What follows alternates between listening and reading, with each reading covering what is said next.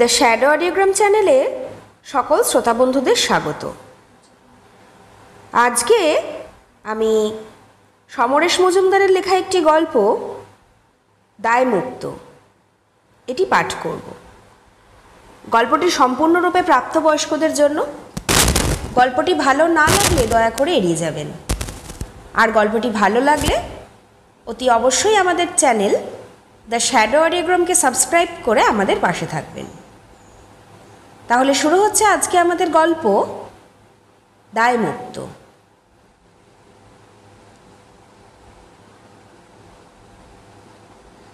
কয়েকদিন যেতে না যেতেই হাঁপিয়ে উঠলেন রজতাবু। কাহা তার 24 ঘন্টা বাড়িতে বসে থাকা যায়?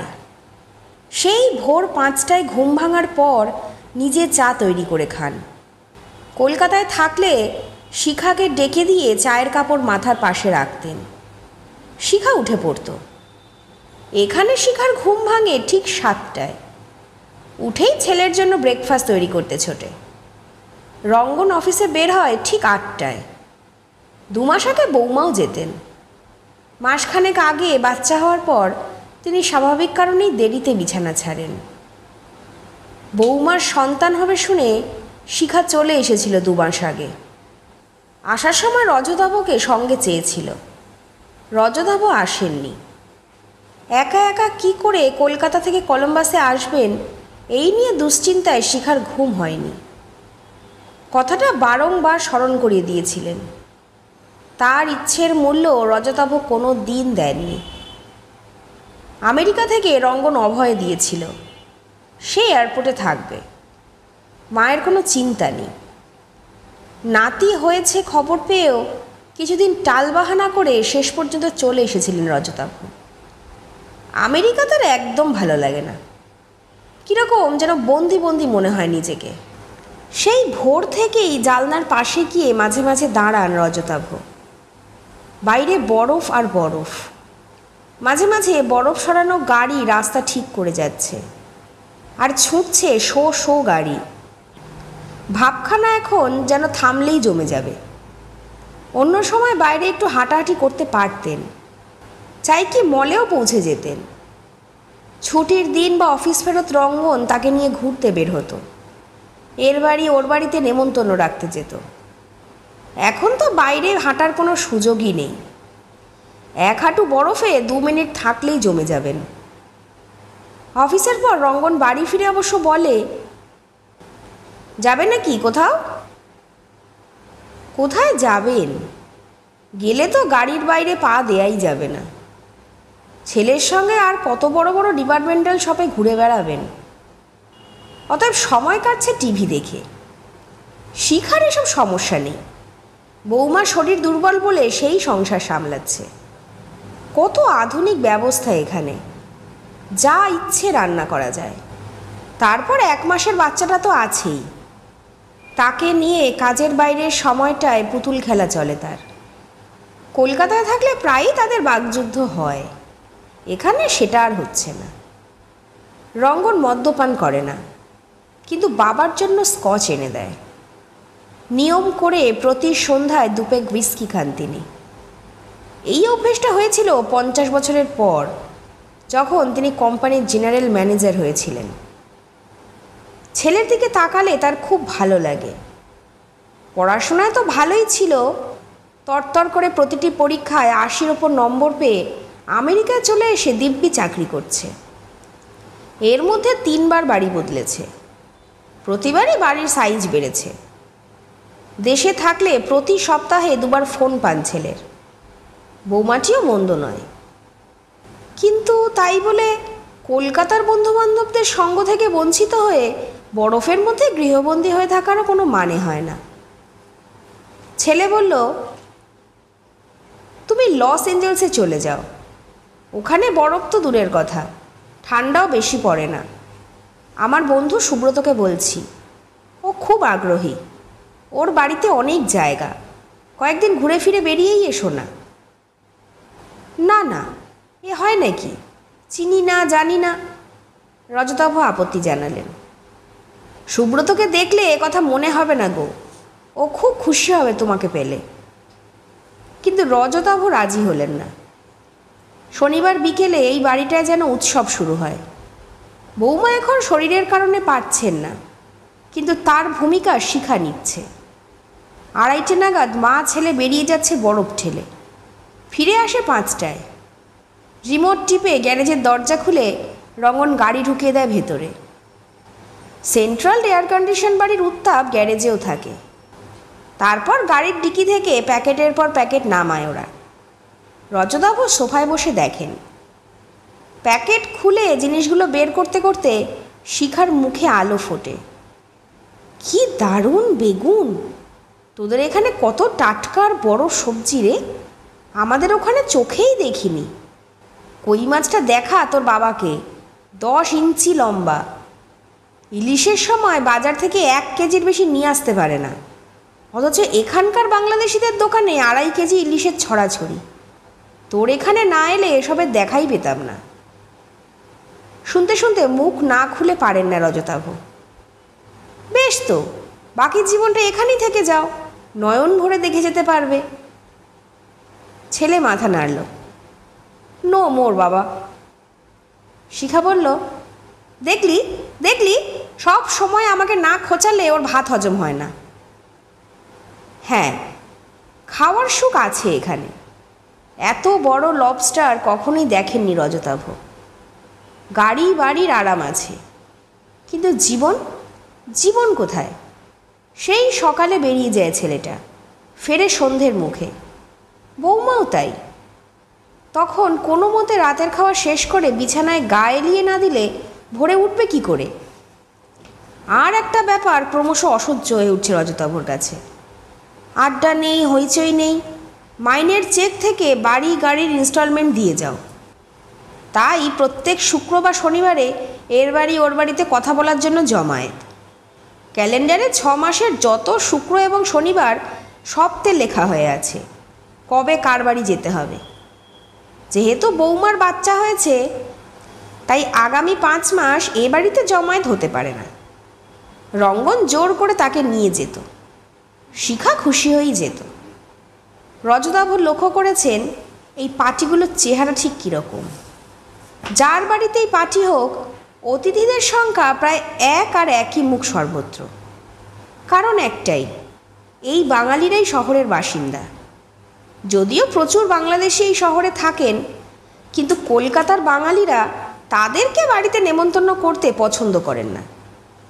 এরকম পার্টিতে আমন্ত্রিত হয়ে 70-80 মাইল গাড়ি চালিয়েও লোকে আসে। 7টার মধ্যে জমায়েত শুরু হয়ে যায়। গৃহকর্তা পানীয় অফার করেন, 8 পেগ হুইস্কি অথবা কোমল পানীয়। সেটা শেষ হওয়ার আগেই গৃহকর্ত্রী সবিনয়ে জানান ডিনার পরিবেশিত হয়েছে। খেতে খেতে গল্প চলে, একই গল্প। শিখা দুটো পার্টিতে এক পোশাক পরে যায় না, গয়নাও আলাদা। না, এটা সম্রাট থেকে কেনা। না না, নিউ মার্কেট কেন, দক্ষিণাপনেই সব পাওয়া যায়। কথাবার্তা এই একই খাতে বয়ে যায়। বাড়ি ফেরা 8:30। রজতাভ বিরক্ত হয়ে পার্টিতে যাওয়াই বন্ধ করে দিলেন। শিখা এসে গাল ফুলিয়ে বলল, কি করছো? তুমি না গেলে সবাই প্রশ্ন করবে, কি জবাব দেবে খোকা? যা হোক, বলবে বৌমার শরীর খারাপ তাই বাড়িতে আছি। আশ্চর্য, বৌমার শরীর খারাপ হলে আমার বাড়িতে থাকার কথা। তাহলে বলে দিও পেট খারাপ হয়েছে আমার। তার মানে ছেলের সম্মান রাখতে তুমি যাবে না। আমি না গেলে ওর সম্মান যদি চলে যায়, তাহলে না যাওয়াই ভালো। রজতাভ ছেলেকে ডাকলেন, জানিয়ে দিলেন কেন তিনি যাচ্ছেন না। রঙ্গন হাসল। সত্যি একদম রোবটের মতো ব্যাপার। আমারই যেতে ইচ্ছে করে না, কিন্তু এখানে সম্পর্ক রাখার দরকার বলেই যাই। তোমার ভালো না লাগলে যাবে না, আমি যা হোক ম্যানেজ করে নেব। রঙ্গন চলে গেল। শিখা জ্বলন্ত দৃষ্টিতে স্বামীকে দেখল। বৌমার জন্য খোকা একা যায়, কিন্তু আর সবাই জোরে আসে। তুমি এখানে থাকতে আমি একা যাচ্ছি, এতে যে সম্মান ধুলোয় লুটোবে তা ভেবেছ? তাই বলো, খোকা নয়, তোমার কথা ভেবেই আমাকে যেতে বলছো। তা তুমিও তো নাই যেতে পারো। সম্মান বজায় থাকবে। রজতাভ হাসলেন। শিখা কথা না বলে ঘর থেকে বেরিয়ে গেলেন। রজতাভ জানেন শিখা যাবেই। এখানকার তরুণী মহলে শিখার খুব খাতির হয়েছে। ওর কাছ থেকে সবাই বিভিন্ন রান্নার রেসিপি জেনে নেয়। পরদিন দুপুরে রোদ উঠল, বেশ কড়া রোদ, বরফও গলতে শুরু করলো। ভরসা পেলেন রজতাভ। আপাদমস্তক গরম কাপড় পরে তিনি বাড়ি থেকে বের হলেন। রাস্তার মোড় অবধি গিয়েছেন। মনে হলো সারা শরীরে কাঁপুনি হচ্ছে। হঠাৎ গাড়িটাকে দেখতে পেলেন, রঙ্গনের গাড়ি। চিৎকার করে বলছে, উঠে পড়ো জলদি। উঠতে গিয়ে দেখলেন পা এগোচ্ছে না। কথা বলতে গেল, শব্দ হারিয়ে গেল। রঙ্গন দ্রুত নেমে এসে তাকে টেনে তুলল গাড়িতে। গাড়ির ভিতরটা মেশিন গরম রেখেছে। পেছনের সিটে শুয়ে দিয়ে বাড়ি ফিরে গেল রঙ্গন। ধরাধরি করে তাকে শোয়ানো হলো বিছানায়। টেলিফোন পেয়ে ছুটে এলো রঙ্গনের বাঙালি ডাক্তার বন্ধু। ইঞ্জেকশন দিল। সে বলল, ঘন্টা তিনেকের মধ্যে বোঝা যাবে হাসপাতালে নিয়ে যেতে হবে কি না। মেসোমশাইয়ের ইন্স্যুরেন্স করা আছে তো? শিখা জানে না। রঙ্গন দ্রুত রজতাভর পাসপোর্ট যে ব্যাগে থাকে সেটা খুঁটিয়ে দেখল। মাত্র $50,000 ইন্স্যুরেন্স করিয়ে এসছেন রজতাভ কলকাতা থেকে আসার সময়। সম্ভবত প্রিমিয়ামের টাকাটা নষ্ট হয় বলে কম টাকায় করিয়েছিলেন। রঙ্গন জানে ওই $50,000 তেমন তেমন ক্ষেত্রে কিছুই কাজ দেবে না। ওকে হাসপাতালে নিয়ে যেতে বাধ্য হলে কি পরিণতি হবে ভাবতেই শিউরে উঠল সে। কপাল ভালো ছিল। ডাক্তার বন্ধু জানালো ইঞ্জেকশনে কাজ হয়েছে। এখন রজতাভ ঘুমোবেন। কেউ যেন ওনাকে বিরক্ত না করে। পাক্কা 30 ঘন্টা ঘুমাবার পর চোখ খুললেন রজতাভ। শুনলেন তার কোল্ড স্ট্রোক হয়েছিল। ওই ঠান্ডায় যা পরে বের হওয়া উচিত ছিল তা তিনি পরেননি। মাথা থেকে পা ঢাকলেই -5কে কবজা করা যায় না, তার জন্য চাই আলাদা পোশাক। হিট স্ট্রোকের কথা তিনি জানেন, কোল্ড স্ট্রোক আজ প্রথম জানলেন। একা পেয়ে শিখা জানালো তার মুখ নাকি বেনারসের হনুমানের মতো হয়ে গেছে। কপাল থেকে চিবুক পর্যন্ত চামড়া পুড়ে গিয়েছিল। ওইটুকুই খোলা ছিল তখন। 7 দিনের মাথায় সম্পূর্ণ সুস্থ হয়ে রজতাভ দেখলেন তার মুখ থেকে শুকনো চামড়া উঠছে। সাপের খোলস যেমন ওঠে ঠিক তেমনি। মুখের চামড়া উঠে যাওয়ার পর তিনি রঙ্গনকে বললেন তিনি দেশে ফিরে যেতে চান। শিখার যাওয়ার প্রশ্নই ওঠে না। সে নাতি আর বৌমাকে নিয়ে ব্যস্ত। রঙ্গন আপত্তি করেছিল প্রথমে, শেষে প্লেনে সিট বুক করে দিল। ওদের শহর থেকে লন্ডন, লন্ডন থেকে কলকাতা। শিখার একটু ইচ্ছে ছিল না স্বামীকে ছাড়ার। যাওয়ার আগের রাত্রে শুয়ে শুয়ে বলল, তোমার কাছ থেকে আমি কিছুই পাইনি। রজতাভ বললেন, কি চেয়েছো যা তোমাকে আমি দিইনি? জানি না, জানি না। যাচ্ছ যাও, কিন্তু রোজ ফোন করতে হবে। কত বিল দিতে হবে খেয়াল আছে? তাহলে একদিন অন্তর একদিন। আচ্ছা। আর একটা কথা, আমাদের বেডরুমে শোবে না। তাহলে কোথায় শোবো? অন্য কোনো ঘরে, খোকার ঘরে। বেশ, তাই হবে। রজতাভ তর্ক করতে চাইলেন না। রঙ্গন এলো তাকে এয়ারপোর্টে ছাড়তে। শেষ মুহূর্তে বলল, আমি জানি বাবা তোমার এখানে খুব অসুবিধে হয়, তবু তোমাকে দেখলে মনটা আমার ভালো লাগে। রজতাভ ছেলের কাঁধে হাত রেখে বললেন, আমি মরে গেলে তুই তোর মাকে এখানে নিয়ে আসিস। কলকাতার বাড়িটা বিক্রি করে দিবি। তুই তো কখনো কলকাতায় ফিরে যেতে পারবি না। অনেস্টলি বলছি বাবা, ফিরে যেতে চাইলেও যেতে পারবো না। এই বাড়িটাকে কিনেছি 25 বছরের ইনস্টলমেন্টে। তাছাড়া আমি চাকরি পেতে পারি, কিন্তু তোমার বৌমা ওখানে গেলে হাউসওয়াইফই হয়ে থাকবে। সেটা আরও কিছুতেই পারবে না। আমি জানি, তাই বলছি বাড়িটাকে রেখে কোনো লাভ নেই। এখনই এসব কথা বলবে না। ছেলেটার মুখটা এখন ওর ছেলেবেলার অভিমান। এখনও যে এটুকু বেঁচে আছে তা দেখে খুব খুশি হলেন রজতাভ। লন্ডনে নামলেন সকাল 8টায়। এখানে ঘন্টা 5 বসে থাকতে হবে। ট্রানজিট লাউঞ্জে পৌঁছে বোর্ড দেখলেন। হিথ্রো এয়ারপোর্ট থেকে পৃথিবীর বিভিন্ন দেশে প্লেন যাচ্ছে। তারা কখন কোন গেট থেকে ছাড়ছে তার বর্ণনা দেওয়া আছে। তার প্লেনের কোনো খবর নেই আপাতত। মালপত্র যা ছিল তা আমেরিকায় বোর্ডিং কার্ড নেওয়ার সময় প্লেন কোম্পানিকে দিয়ে দিয়েছেন। খালি হাতে ঘুরতে লাগলেন রজতাভ। দুপাশে ডিউটি ফ্রি শপের আকর্ষণ। কয়েকটা দোকান ঘুরতেই বুঝলেন নামেই ডিউটি ফ্রি শপ, যে কোনো জিনিসের দাম আকাশ ছোঁয়া। লন্ডন শহরে এর চেয়ে সস্তায় পাওয়াই দায়। হাঁটতে হাঁটতে একটা লাউঞ্জে চলে এলেন রজতাভ। অনেক যাত্রী সেই লাউঞ্জের সোফায় বসে আছেন। এরা নিশ্চয়ই দূর থেকে আসছেন, অন্য ফ্লাইট ধরবেন। হঠাৎ নজর পড়ল এক মহিলার ওপর। দারুণ ফর্সা, লম্বা, সুন্দর শরীর, তবে বয়স 60-এর কম নয়। পরনে অফ হোয়াইট শাড়ি। মনে হলো এই মহিলা যৌবনের ডানা কাটা সুন্দরী ছিলেন। এর বসে থাকার ভঙ্গিতে ব্যক্তিত্ব স্পষ্ট। ভদ্রমহিলা মুখ ফেরাতেই চোখ সরিয়ে নিলেন রজতাভ। এই 70-এর কাছাকাছি এসে তিনি এমন কিছু করতে চান না যা 18-19-এ মানায়। রজতাভ কাঁচের দেওয়ালের কাছে গেলেন। ওপাশে হিথ্রো এয়ারপোর্টের রানওয়েতে কর্মব্যস্ততা চলছে। গোটা পৃথিবী থেকে উড়ে আসা প্লেনগুলো স্বচ্ছন্দে নামছে, আবার উড়ে যাচ্ছে। হঠাৎ নাকে মিষ্টি গন্ধ লাগল। ঘুরে তাকাতেই অবাক হলেন। সেই মহিলা উঠে এসেছেন তার সামনে। চুল প্রায় সাদা, গলায় হাঁসের পায়ের দাগ। মহিলা হাসলেন। চিনতে পারছো না? এই একটি বাক্যে হুড়মুড় করে বিস্মৃতির সব দেওয়াল খসে পড়ল। নিজের চোখকে বিশ্বাস করতে পারছিলেন না রজতাভ। কি করছেন না জেনেই এগিয়ে গিয়ে মহিলার হাত ধরলেন। তুমি? মাথা নাড়লেন মহিলা। তোমাকে দেখেই চিনতে পেরেছি, কিন্তু বুঝলাম তুমি পারোনি, তাই উঠে এলাম।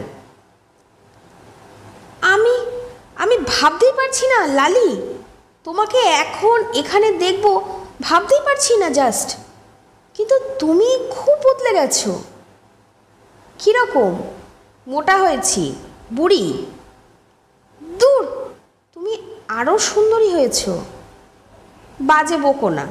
65 বছর বয়সের বাঙালি মেয়েকে লোকে বুড়িই বলে। 65?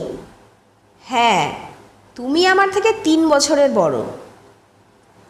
তাই তো। চোখ বন্ধ করলেন রজতাভ। লালি হাত ছাড়িয়ে নিলেন। রজতাভ চোখ খুললেন। হ্যাঁ, ঠিক 50 বছর পরে তোমাকে দেখছি। ভাবা যায়? লালি হাসলেন। তখন যদি আমরা ঠিক করতাম 50 বছর পরে দেখা হবে, চুলগুলো এত উঠে গেল কেন? বাপ ঠাকুরদার দান। রজতাভ হাসলেন। তুমি কি একাই যাচ্ছ?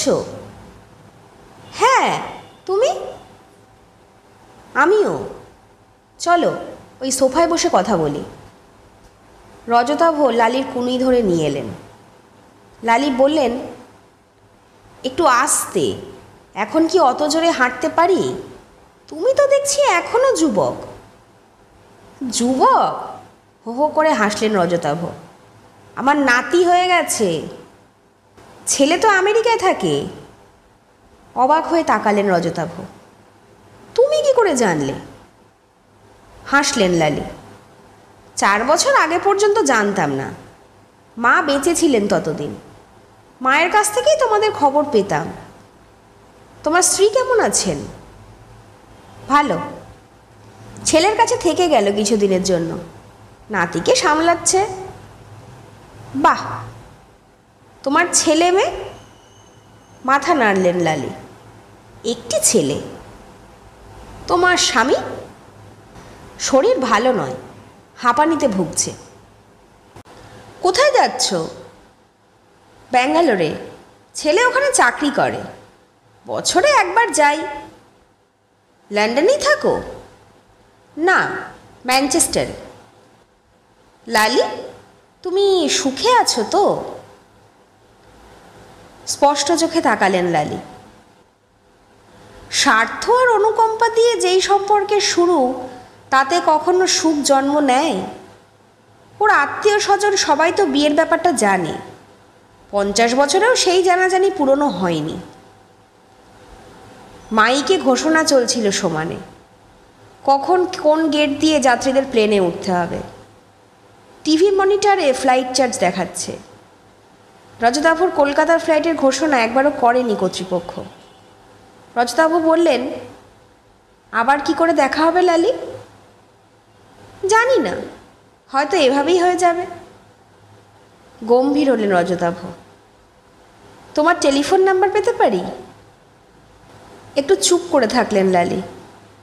এই সময় মাইকে ঘোষণা করা হলো, লালির ফ্লাইট তৈরি। লালি চোখ তুললেন। তোমারটা? নিশ্চয়ই। পার্স বের করে নিজের কার্ড এগিয়ে দিলেন রজতাভ। সেটা নিয়ে লালি বললেন, কিন্তু একটা শর্ত আছে। শর্ত? অবাক হলেন রজতাভ। আমরা যতদিন বেঁচে থাকবো ততদিন কেউ কাউকে ফোন করব না। সে কি? অবাক হয়ে গেলেন রজতাভ। আমরা জানবো ইচ্ছে করলেই কথা বলে খবর নিতে পারি, যা একদিন পারতাম না, কিন্তু ইচ্ছেটা কাজে লাগাবো না। লালি চোখ বন্ধ করলেন। তাহলে নাম্বার নিয়ে কী হবে? হবে। মাথা নাড়লেন লালি। তুমি এবং আমি এমন ব্যবস্থা করে যাব যাতে যেই আমাদের কেউ একজন পৃথিবী থেকে চলে যাবে, অমনি যে বেঁচে থাকবে সে যেন জানতে পারে। শুধু এইটুকুই। বলো, রাজি আছো? একটা বড় শ্বাস বুক নিংড়ে বেরিয়ে এলো রজতাভর। মাথা নাড়লেন। লালি তার ফোন নাম্বারটা লিখে দিলেন।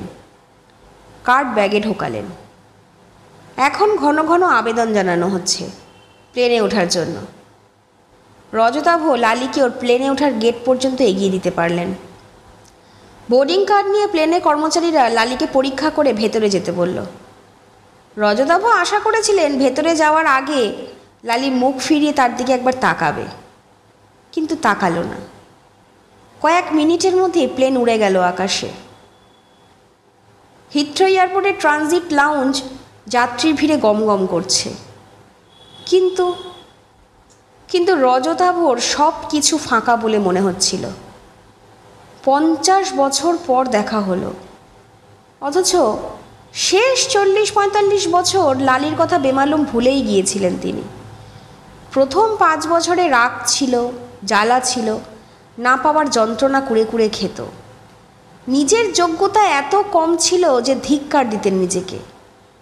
তারপর সামলে নিয়েছিলেন। মোটামুটি ভালো রেজাল্ট হয়েছিল।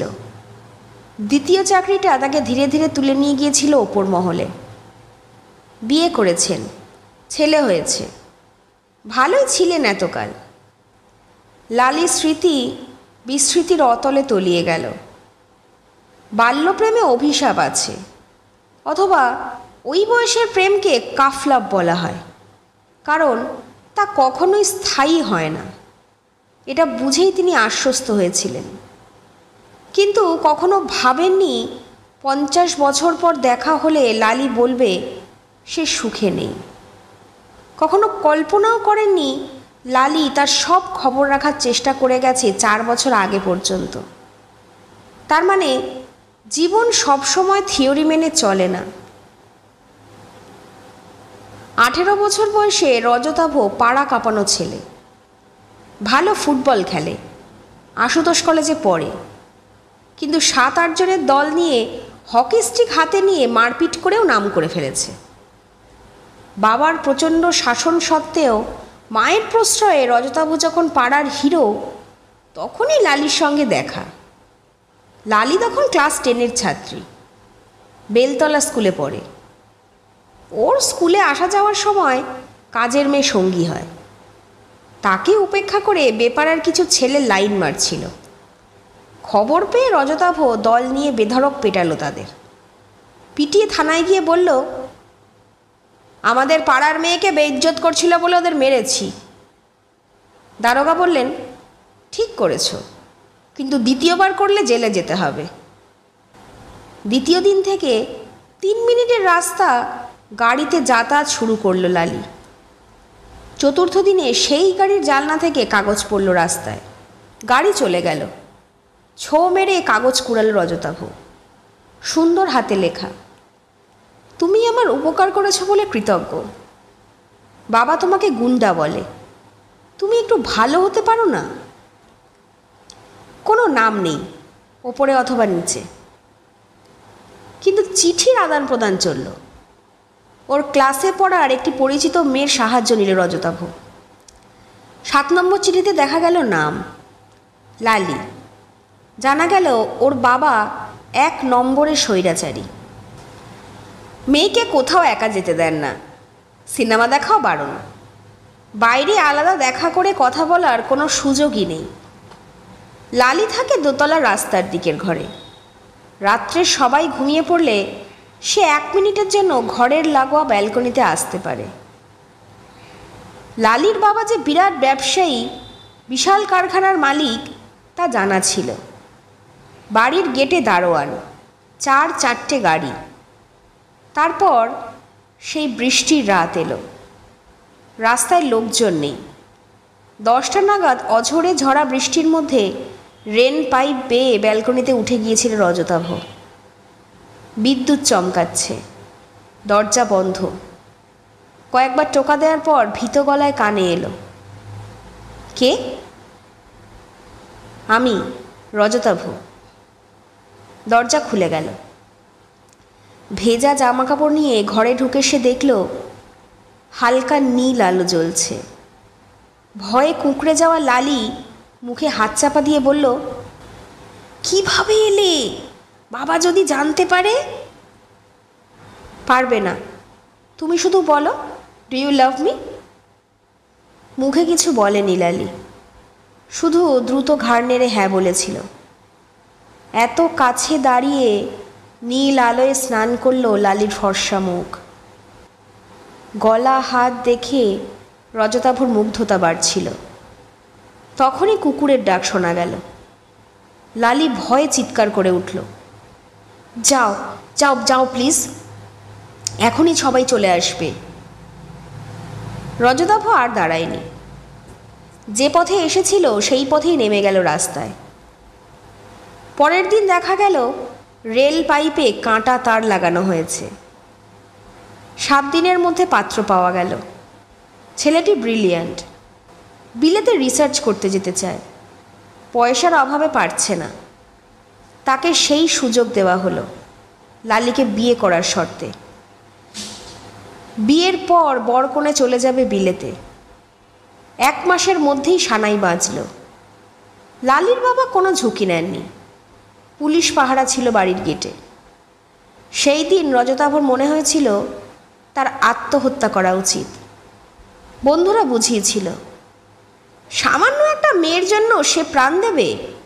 তার প্রাণ কি সস্তা? 50 বছর পরে এইসব ঘটনা মনে পড়বে এমন কেউ বেঁচে আছে কিনা জানা নেই। বন্ধুদের মধ্যে যারা এখনো আছে তারাও ভুলে গেছে। লালির বাবার মৃত্যুর পর ব্যবসা বন্ধ হয়েছে। সেই পাড়া ছেড়েছেন রজতাভ। আজ মনে এলো, সেই বৃষ্টির রাত্রে রেন পাইপ বেয়ে লালির সঙ্গে দেখা করতে কেন গিয়েছিলেন? কিসের টানে? ওকেই কি ভালোবাসা বলে? তাহলে ভালোবাসার আয়ু কতদিন?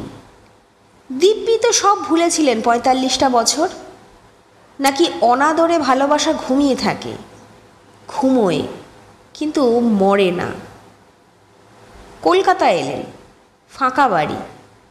একটুও ভালো লাগছিল না তার। অথচ কলকাতায় ফিরে আসার জন্য ওখানে ছটফট করছিলেন। তার টেলিফোনের নাম্বার লেখা বইয়ের এল আত্ম অক্ষরের শেষ নাম লিখলেন, লালি। 004। তারপর 3 বছর পার হয়ে গেছে। পুজো আসছে। ষষ্ঠীর দিন ছেলে বৌমা নাতিকে নিয়ে চলে এলো বেড়াতে। বৌমার বোন ও তার স্বামী এলেন বোকারো থেকে দিদির সঙ্গে পুজো কাটাতে। বাড়ি এখন জমজমাট। সন্ধ্যের সময় বাঁ হাতটা কনকন করতে লাগলো। বাঁ বুকে ঈষৎ যন্ত্রণা। রজতাভ অ্যান্টাসিড খেলেন। মনে হচ্ছিল পেটে বাতাস জন্মেছে। কাউকে বলে বিরক্ত করতে চাইলেন না, কিন্তু রাত 10টা নাগাদ ব্যথা এত বাড়ল যে আর চেপে রাখতে পারলেন না। ডাক্তার পাশের বাড়িতেই। তিনি মুখ গম্ভীর করে বললেন, ইঞ্জেকশন দিচ্ছি, কাল সকালে ইসিজি করাবেন। ছেলে উদ্বিগ্ন হলো। রাত্রে কিছু হবে না তো? বলতে পারছি না, হসপিটালে রিমুভ করলেই ভালো হয়। রজতাভ বললেন, আরে না না, আমার কিছুই হয়নি, ঘুমিয়ে পড়লেই ঠিক হয়ে যাবে, তোমরা অযথা চিন্তা করছো। ইঞ্জেকশনের কল্যাণেই ভালো ঘুম হলো। সকালে অনেকটাই চাঙ্গা। ইসিজির ইচ্ছে ছিল না, রঙ্গন জোর করেই নিয়ে গেল। ইসিজি করার পর ডাক্তারের চোখ কপালে। রঙ্গনকে আলাদা ডেকে জিজ্ঞাসা করলেন, কে হয়? বাবা। এখনই হাসপাতালে নিয়ে যান, অবস্থা খুব খারাপ। রঙ্গনের এক সহপাঠী অ্যাপোলো হাসপাতালের ডাক্তার। সে বলল নিয়ে আয়। হাসপাতালে আবার ইসিজি করা হলো। করার পর সিদ্ধান্ত করা হলো অ্যাঞ্জিওগ্রাম করা হবে। সেটা করা হলো বিকেলবেলায়। দেখা গেল রজতাভর হৃৎপিণ্ডগামী রক্তবাহী শিরাগুলোর 90% অকেজো হয়ে গেছে। আগামীকালই বাইপাস অপারেশন করা দরকার। পরের দিন সকালে ঘুম ভাঙল রজতাভর। বুকটা খুব ভারী। শুনলেন আজ তার অপারেশন হবে। কাল থেকে সমানে ওষুধ চলছে। আর তখনই মনে পড়ল, যদি অপারেশন টেবিলেই মরে যান তাহলে কি হবে? লালিকে তিনি জানাবেন কি করে? কথার খেলাপ হয়ে যাবে তো। সকাল 9:30 ওরা সবাই এলো। ছেলে বলল, কোনো ভয় নেই বাবা, আজকাল বাইপাস জলভাত হয়ে গেছে, নার্ভাস হয়েও না। বৌমা বললেন, ওখানে তো বাইপাস হওয়ার পরের দিনই পেশেন্টকে হাঁটায়। বৌমার বোনের স্বামী বলল, আমার বাবার হয়েছিল বছর 5 আগে, এখন একদম নর্মাল লাইফ, কোনো চিন্তা করবেন না। চুপচাপ শুনলেন রজতাভ। তারপর বললেন, ভালো হলে ভালো, যদি তা না হয় তাহলে মাকে তোমার কাছে নিয়ে যেও, বাড়িটা বিক্রি করে দিও। শিখা কেঁদে উঠল। রঙ্গন চাপা গলায় বলল, উফ মা। রঙ্গন, মৃদুস্বরে ডাকলেন রজতাভ। বলো, আমার একটা অনুরোধ রাখবে? নিশ্চয়ই, বলো। আমার যদি কিছু হয়, বলে মুখ তুলতেই বৌমার সঙ্গে চোখাচোখি হলো, তারপর ওর বোনের সঙ্গে। তখনই মনে হলো, এরা কি ভাববে? বুড়ো বয়সে প্রেম করছেন, প্রেমিকাকে জানাতে চাইছেন তিনি নেই। ভাবতেই কীরকম কুঁকড়ে গেলেন তিনি। তোমার কিচ্ছু হবে না বাবা, তবু বলো, নিশ্চয়ই রাখবো।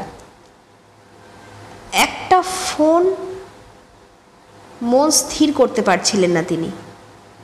কাউকে ফোন করতে হবে? রঙ্গন জানতে চাইল। হঠাৎ শিখার যেন মনে পড়ে গেল, খোকা, ওই ফোনটা। বৌমা বললেন, আহ মা, আপনাকে নিষেধ করা হয়েছিল। রজতাভ তাকালেন শিখার দিকে। কি বলছো তুমি, বলো। হকচকিয়ে গেল শিখা। না মানে, আচ্ছা লালি বলে কাউকে চেনো? সঙ্গে সঙ্গে চোখ বন্ধ করলেন রজতাভ। কেঁপে উঠলেন। নার্স এলো এই সময়। আপনারা এবার যান, পেশেন্টকে তৈরি করতে হবে। সবাই নড়ল। রঙ্গন ঝুঁকে বলল, কি করতে বলছিলে বাবা? মাথা নাড়লেন রজতাভ। না, তার আর দরকার নেই।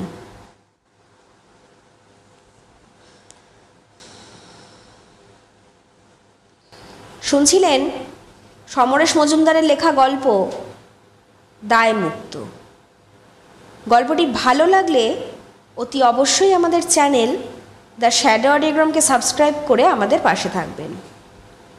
আপনাদের জানা কোনো গল্প বা অভিজ্ঞতার কথা ডেসক্রিপশন বক্সে থাকা মেল আইডিতে পাঠাতে পারেন। আমরা সেই গল্প পাঠ করব আমাদের চ্যানেলে। সুস্থ থাকবেন, ভালো থাকবেন। নমস্কার।